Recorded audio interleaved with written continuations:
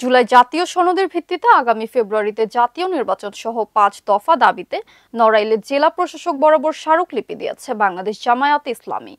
রবিবার বেলা ১১টার সময় নড়াইলের পুরাতন বাস টার্মিনাল মুক্ত মঞ্চে এ বিক্ষোভ সমাবেশের আয়োজন করে জেলা জামায়াত। নুরুন নবী সামদানির তথ্যচিত্রে বিস্তারিত। জুলাই জাতীয় সনদের ভিত্তিতে আগামী ফেব্রুয়ারিতে জাতীয় নির্বাচন সহ ৫ দফা দাবিতে নড়াইলে জেলা প্রশাসক বরাবর স্মারকলিপি দিয়েছে বাংলাদেশ জামায়াতে ইসলামী। রবিবার বেলা ১১টার সময় নড়াইলের পুরাতন বাস টার্মিনাল মুক্ত মঞ্চে এই বিক্ষোভ সমাবেশের আয়োজন করে জেলা জামায়াত। বিক্ষোভ সমাবেশে বক্তব্য রাখেন জেলা আমির আতর রহমান বাচ্চু, জেলা সেক্রেটারি ওবায়দুল্লাহ কায়সার সহ সিনিয়র নেতৃবৃন্দরা। এ সময় বক্তারা বলেন,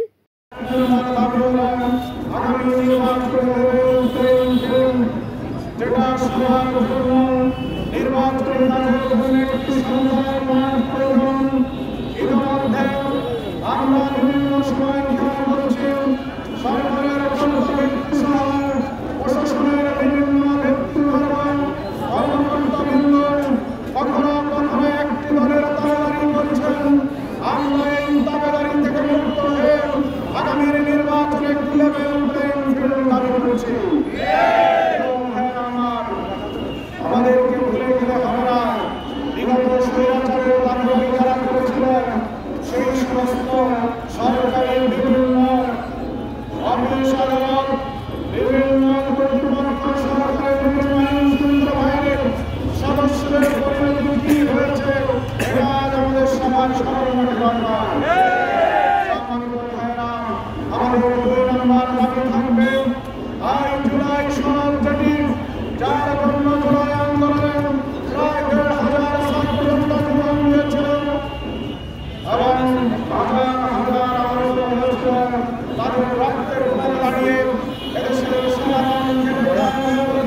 মানুষের দাবি ছিল একটি সনদ তৈরি করেন, সেই সনদটি আইনি ভিত্তিতে আগামী নির্বাচনে আমাদের জুলাই সনদে নির্বাচন করা, এটাই জনতার দাবি ছিল।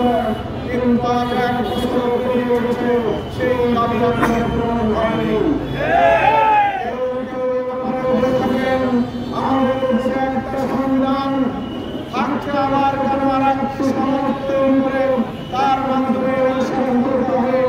আমাদের নির্বাচন কমিশনের কাছে তার নিয়ম বিধিমালা আছে, সেটা থাকতে কেন আর একটি সনদের উপরে নির্বাচন করতে হবে? আমি ওই ভাইদের দেখে বলতে চাই যে সংবিধান ইলেকশন করছেন, সেই সংবিধান তৈরি করেছিল শেখ হাসিনার মতো একটা ভয়াবহ। সমাবেশ শেষে একটি মিছিল নিয়ে জেলা প্রশাসক কার্যালয়ের দিকে যায় জামায়াত নেতাকর্মীরা।